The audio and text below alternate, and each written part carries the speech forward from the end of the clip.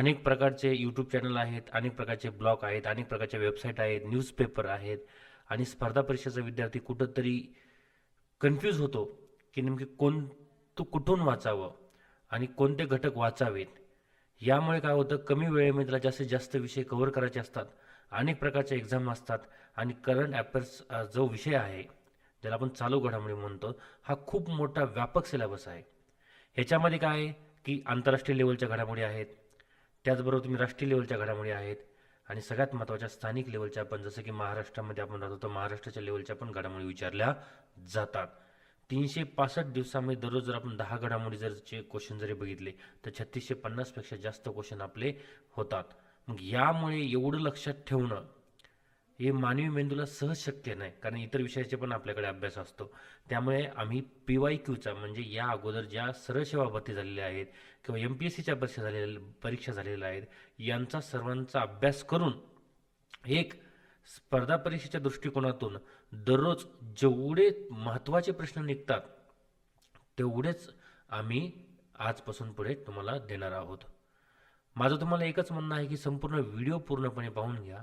या व्हिडिओची PDF आम्ही तुम्हाला टेलिग्राम चॅनलवर देऊ आणि सगळ्यात महत्त्वाची गोष्ट आहे, हे सगळं झाल्याच्या नंतर तुम्ही PDF बघून ती व्यवस्थित नोट्स काढून घ्या, जेणेकरून तुम्हाला भविष्यातल्या एक्झामला फायदा होईल किंवा परत परत व्हिडिओ शोधण्याची गरज पडणार नाही.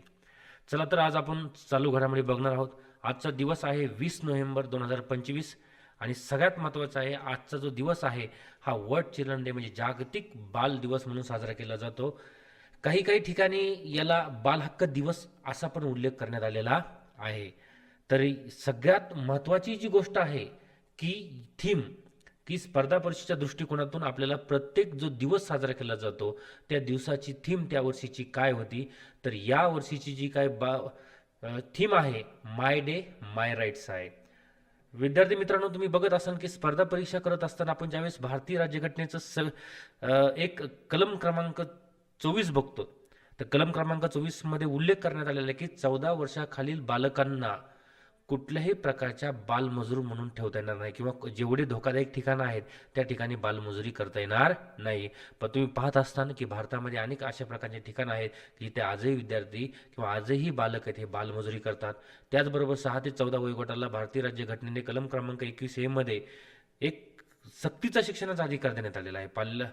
तरीही अजूनही कितीतरी मुलं जे आहेत ना फक्त शाळेच्या पटनोंदणीवर आहेत, पण प्रत्यक्षात विद्यार्थी तेवढा फायदा घेताना आपल्याला दिसत नाही. आणि याचाच विचार करून युनिसेफने 20 नोव्हेंबर हा दिवस बालक दिवस म्हणून साजरा केला जातो. राष्ट्रीय लेवलला बघितलं, पंडित जवाहरलाल नेहरू जे भारताचे पहिले पंतप्रधान होते त्यांचा जन्मदिवस म्हणजे 14 नोव्हेंबर हा राष्ट्रीय बाल दिवस म्हणून साजरा केला जातो. तुम्हाला एक मी सहज प्रश्न विचारतो की पंडित जवाहरलाल नेहरू यांचं प्रसिद्ध पुस्तक कोणतं आहे? कमेंट्समध्ये त्यांचं नाव नक्कीच टाकायला विसरू नका. आजचा आहे बघा 20 नोव्हेंबर. 20 नोव्हेंबरची हा आहे लोकसत्ता. ओके, आपण जो लोकसत्ता घेतलेला आहे हा पुण्याचा लोकसत्तामधून घेत होतो आपण. तर 20 नोव्हेंबरची सगळ्यात जी मेन जी हेडलाईन आहे, निवडणुकांची अनिश्चितता कायम आहे, नव्या कार्यक्रमांच्या घोषणेत निवडणूक आयोगाला मंगळवारपर्यंत मनाई. चला तर आपण या सगळ्या दिवसभराच्या चालू घडामोडी आपण बघणार आहोत. पहिला प्रश्न आहे, राज्यातील स्थानिक स्वराज्य संस्थेच्या निवडणुकीसाठी आरक्षण निश्चित करताना राज्य सरकारने किती ठिकाणी 50% आरक्षण मर्यादा राज्य सरकारने किती ठिकाणी 50% आरक्षण मर्यादा ओलांडलेली आहे? तुम्हाला माहित असेल सध्या स्थानिक स्वराज्य संस्थेच्या निवडणूक आहेत, मग ते नगरपंचायत असो किंवा ग्रामपंचायत असो. साधारण तुम्हाला माहिती पंचायतला 2 आहे, एक नागरी आहे दुसरं ग्रामीण आहे. यांच्या निवडणुका घोषित झालेल्या आहेत आणि या घोषित झालेल्या निवडणुकीमध्ये जी 50% आरक्षण हे सांगितलेली मर्यादा सांगितलेली सर्वोच्च न्यायालयाने ती कुठंतरी भंग झाली आहे. तर जवळपास महाराष्ट्रामध्ये ती भंग झालेली आहे 159 ठिकाणी. जवळपास 159 ठिकाणी 50%पेक्षा जास्त ठिकाणी आरक्षणाची मर्यादा, आरक्षण जास्त झाल्यामुळे ती मर्यादा ओलांडण्यात आलेली आहे. या संदर्भाची बातमी आहे लोकसत्ताची आजची. याच्यामधली ही बातमी व्यवस्थित फोकस करा म्हणजे तुम्हाला अडचण येणार नाही परीक्षामध्ये. राज्यातील स्थानिक स्वराज्य संस्थेच्या निवडणुकीसाठी आरक्षण निश्चित करताना राज्य सरकारने 159 ठिकाणी 50%च्या आरक्षण मर्यादा ओलांडली आहे. या वादानंतर सर्वोच्च न्यायालयामध्ये मंगळवारी सुनावणी होणार आहे, म्हणजे 25 नोव्हेंबरपर्यंत जी सुनावणी होणार आहे तोपर्यंत कोणत्याही निवडणुकीची घोषणा करू नये असं न्यायालयाने राज्य निवडणूक आयोगाला सांगितलं आहे. तुम्हाला एक सगळ्यांना माहीत आहे की राज्य निवडणूक आयोगच या जे पंचायत आहे यांच्या निवडणुका घेत आहे. सगळ्यात महत्त्वाची गोष्ट आहे की 159 ठिकाणपैकी नंदुरबार एक असा जिल्हा आहे बघांनो, याच्यामध्ये जवळपास 100% आरक्षित झालेला आहे. म्हणजे खुल्यासाठी कोणत्याही प्रकारच्या जागा राहिलेल्या नाहीत आणि याच बाबतीमध्ये जवळपास 26 याचिका दाखल करण्यात आलेल्या आहेत. आता याचा निर्णय 25 नोव्हेंबरला होईल. जो बी काय होईल तो मी तुम्हाला नक्कीच कळवेल. आता याची पार्श्वभूमी बघायची. आता हा झाला करंटचा क्वेश्चन आणि स्पर्धा परीक्षा करत असताना आपल्याला जी के जी एसचा भाग बघायला लागतो, त्याची पार्श्वभूमी बघावी लागते आणि नक्कीच कधी कधी काय होते अचूक विधाने ओळखामध्ये करंटचाही ओळ टाकली जाते आणि त्याच्या पार्श्वभूमीला की त्या विषयाला जोडून त्याचा गाभा घटक पण विचारला जातो. तर तुम्हाला माहिती आहे की सर्वोच्च न्यायालयाने 50% आरक्षण मर्यादा घातलेली आहे आणि हा जो सिद्धांत आहे 1992 मध्ये इंदिरा साहनी विरुद्ध भारत सरकार या खटल्यामध्ये ऐतिहासिक खटला आहे, याला मंडल कमिशन केस असं म्हटलं जातं आणि यामध्ये सांगितलेलं आहे की 50%पेक्षा जर जास्त आरक्षण असेल तर भारतीय राज्यघटनेच्या मूलभूत संरचनेचा कुठंतरी तो भंग होतो. त्यामुळे भारतीय राज्यघटनेमधले कलम क्रमांक 14 ते 18 जे समानतेच्या बाबतीमध्ये आहे त्यामध्ये सांगितलेलं आहे की कुठं ना कुठेतरी 50% आरक्षण जर पेक्षा जास्त आरक्षण दिलं तर समानता किंवा इक्विलिटी जी आहे ना ही भंग पावते. त्यामुळे सगळ्या प्रकारचे जे काही राज्य सरकार आहे यांनी नक्कीच याचा विचार करायला हवा.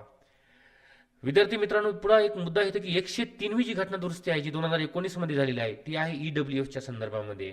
मग ही न्यायालयाने का अवैध ठरवली का नाही, तर लक्षात ठेवा आरक्षण हे सामाजिक आणि शैक्षणिक मागासलेपणा दिलं जातं आणि EWS आहे ते इकॉनॉमिकली जे काही आर्थिकदृष्ट्या विकर सेशन आहे त्यांना दिलेलं आहे. त्यामुळे जे 10% आरक्षण हे सर्वोच्च न्यायालयामध्ये वैध ठरवण्यात आलेलं आहे. यानंतरचा सगळ्यात या महिन्याभरामधला सगळ्यात महत्त्वाचा प्रश्न, बिहारचे मुख्यमंत्री म्हणून नितीश कुमार विक्रमी कितव्यांदा शपथ घेणार आहे, तर लक्षात ठेवा बिहारचे मुख्यमंत्री म्हणून नितीश कुमार हे 1 नाही 2 नाही 3 नाही 10व्यांदा किंवा 10 वेळा शपथ घेणार आहेत.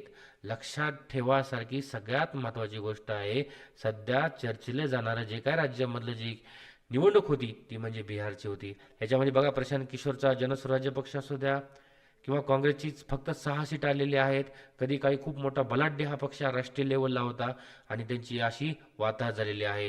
त्याचबरोबर तेजस्वी यादव यांचा जो RJD आहे या पण पक्षाला खूप जास्त जागा मिळवता आल्या नाही. तर आजची जी शपथविधी आहे ना ती गांधी मैदानावर होणार आहे.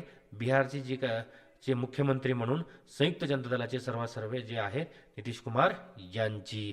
तर सगळ्यात बघा ह्या शपथविधीला नरेंद्र मोदी, केंद्रीय गृहमंत्री अमित शहा, राजनाथ सिंह याचबरोबर अनेक ज्येष्ठ नेते उपस्थित राहणार आहे. चला तर मग एकदा आपण या निवडणुकीच्या निकालाकडे जाऊ. मी तुम्हाला एक सांगून देतो, आपण जेही या स्पर्धा परीक्षेच्या या व्हिडिओमध्ये जे काही मटेरियल वापरणार आहोत हे मटेरियल पूर्णपणे दर्जेदार आणि शासनाच्या अधिकृत वेबसाईटवरूनच घेणार आहोत, जेणेकरून स्पर्धा परीक्षामध्ये तुमचा जो काही अभ्यास आहे हा क्वालिटीने आणि त्याचबरोबर एकदम विश्वसनीय व्हावा. तर हे जे मी तुम्हाला घेतलेलं आहे तर हे बघा इलेक्शन कमिशनचा जो निकाल आहे त्या निकालातून घेतलेलं आहे. तर लक्षात ठेवा बीजेपीच्या जवळपास 89 जागा आहेत, जवळपास नाही एक्झॅक्ट 89 जागा आहेत. JDUच्या एकूण 85 जागा आहेत, RJDच्या एकूण 25 जागा आहेत आणि लक्षात ठेवा त्याच्यानंतर 19 आणि काँग्रेसच्या 6 जागा आहे. लोक जनशक्तीची पार्टी आहे रामविलास पासवान त्यांचा जो मुलगा आहे चिराग पासवान यांनी अतिशय उत्कृष्ट पद्धतीने ह्या त्यांच्या पक्ष आहे किंवा ह्याचं उत्तम नेतृत्व उभा केलेलं आहे. मिळावं किंवा आंतरराष्ट्रीय लेवलचे जेवढेही काही चित्रपट आहे त्यांचा समन्वय भारतीय चित्रपटाबरोबर व्हावा, म्हणजे एक प्रकारची सांस्कृतिक देवाणघेवाण होण्याच्या उद्देशाने हा दरवर्षी आंतरराष्ट्रीय चित्रपट महोत्सव गोवा येथे आयोजित करण्यात येतो. या संदर्भामध्ये लोकसत्तामध्ये खूप छान बातमी आलेली आहे. EP 2025 वेध नव्या शक्यतांचा. तर याचा जर लेख लिहिला आहे शेखर कपूर जे सध्याचे 2025 मध्ये EPचे संचालक आहे. लक्षात ठेवा जो महोत्सव होणार आहे तर तो होणार आहे 56वा. लक्षात ठेवा याचा क्रमांक अतिशय महत्त्वाचा आहे. यामध्ये जवळपास 127 देशातून विक्रमी प्रवेशिक आलेले आहेत आणि महत्त्वाचा आणि सगळ्यात इम्पॉर्टंट जो मुद्दा आहे वागांनो, की तो म्हणजे या सर्व चित्रपटापैकी सर्वोत्कृष्ट चित्रपटांना गोल्डन पिकॉक मिळाला जातो आणि तो कोणाला मिळतो ह्या वर्षी ते नक्कीच आपल्याला पाहिजे आहे. लक्षात ठेवायची जी स्थापना झालेली आहे ती 1952 मध्ये याची स्थापना करण्यात आलेली आहे आणि दरवर्षी याचे आयोजन गोवा येथे करण्यात येतं. लक्षात ठेवा सर्वोच्च पुरस्कार आहे तो गोल्डन पिकॉक पुरस्कार आहे, जो स्वर्ण मयूर पुरस्कार आपण त्याला म्हणलं जातो. आता इथं एक महत्त्वाचा मुद्दा आहे बरं का, स्पर्धा परीक्षेचा जो ट्रेंड बदलत चाललाय हळूहळू. करंटच्या घडामोडी विचारताच त्याला लिंक करून असणारे जे 2-3 वर्षाचे आहेत त्यांच्या पण जोड्यामध्ये किंवा अचानक विचारलं होतं की 2024 मधला गोल्डन पिकॉक आहे या कोणत्या चित्रपटाला मिळाला जात आहे. त्यामुळे जे महत्त्वाचे पुरस्कार असू द्या किंवा महत्त्वाचे जे काही बैठक असू द्या, परिषद असू द्या, लक्षात ठेवा जसे आपण पहिल्या पुढच्या 2 पाठ करून ठेवतो तशा मागच्या 2 पण लक्षात ठेवणं खूप गरजेचं आहे. आणि करंटचे तर आपण रेग्युलर टाकतच आहोत. तर 2024चा जो काही गोल्डन पिकॉक मिळालेला आहे तो टॉक्झिक यांना भेटलेला आहे. 23 आहे एनलेस बॉर्डर्सला भेटलेला आहे आणि 21 आहे तर रिंग वॉर्नरिंग या जपानी चित्रपटाला मिळालेला आहे. त्यानंतर ही आहे राष्ट्रीय लेवलची बातमी, आपली स्थानिक लेवलची बातमी म्हणजे महाराष्ट्रीय लेवलची बातमी आहे. यंदाचा 2025चा गदी मांडुरकर पुरस्कार कोणाला देण्यात आलेला आहे? ऑप्शनमध्ये आहे आशा काळे, नाना पाटेकर, सुहास जोशी आणि उषा मंगेशकर. तर याचं उत्तर आहे सुहास जोशी यांना यंदाचा म्हणजेच 2025चा गरिमा पुरस्कार मिळालेला आहे. मित्रांनो लक्षात ठेवा गदिमा प्रतिष्ठानातर्फे चैत्रबन नावाचा पुरस्कार एक दिला जातो आणि हा जो चैत्रबन पुरस्कार आहे 2025चा हा ज्येष्ठ लेखक, चित्रपट दिग्दर्शक आणि अभिनेते नागराज मंजुळे यांना देण्यात आलेला आहे. लेखक, दिग्दर्शक आणि काही चित्रपटांमध्ये त्यांनी ऍक्टिंग पण केलेलं आहे. नागराज मंजुळे यांना चैत्रबन ह्या पुरस्काराने गौरवण्यात आलेलं आहे. तर लक्षात ठेवा सुहास जोशी यांना गदिमा पुरस्कार जाहीर झालेला आहे. हा पुरस्कार 14 डिसेंबर रोजी देण्यात येईल मोहन जोशी यांच्या हस्ते. आणि सगळ्यात महत्त्वाचं या गदिमाचे जे विश्वस्त आहेत आनंद माडगुळकर त्यांचं एक पुस्तक येऊ लागलं आहे माझ्या खिडकीतून गदिमा, याचं पण प्रकाशन त्यावेळी केलं जाईल. चला तर आपण पुढच्या घडामोडीकडे बघू. हे बघा अजून एक महत्त्वाची बाब राहिली. आशा काळे हे ऑप्शनमध्ये होतं आपल्या. तर लक्षात ठेवा 2024चा गदिमा पुरस्कार जो आहे गदिमा पुरस्कार हा पुरस्कार आशा काळे यांना देण्यात आलाय.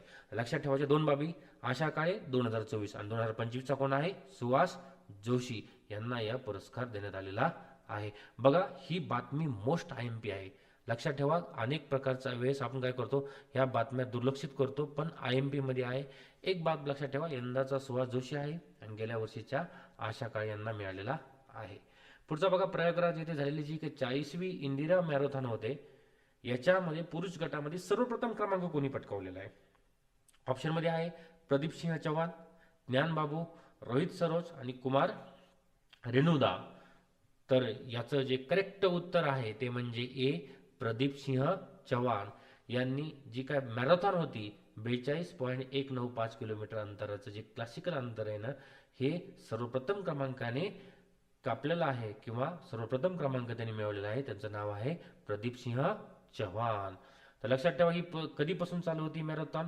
तर 1925 पासून ही मॅरेथॉन चालू होती. अंतर तर तुम्हाला सगळ्यांना अगोदर दिलेलं आहे आणि विजेता जो आहे त्याला 2 लाख रुपये बक्षीस दिलं जातं.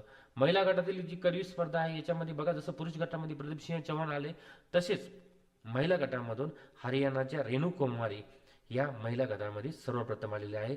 महाराष्ट्राचं पण वर्चस्व राहिलं. मंदन जाधव आणि ज्योती शंकर यांनी 2रे आणि 3रे स्थान पटकावलेलं आहे. यानंतरचा क्वेश्चन मित्रांनो आंतरराष्ट्रीय लेवलचा आहे, सध्याचा रिसेंट मधला आहे. स्पर्धा परीक्षा विशेष म्हणजे TCS पॅटर्न आणि IBPS पॅटर्न हा याच्यावर प्रश्न विचारतो.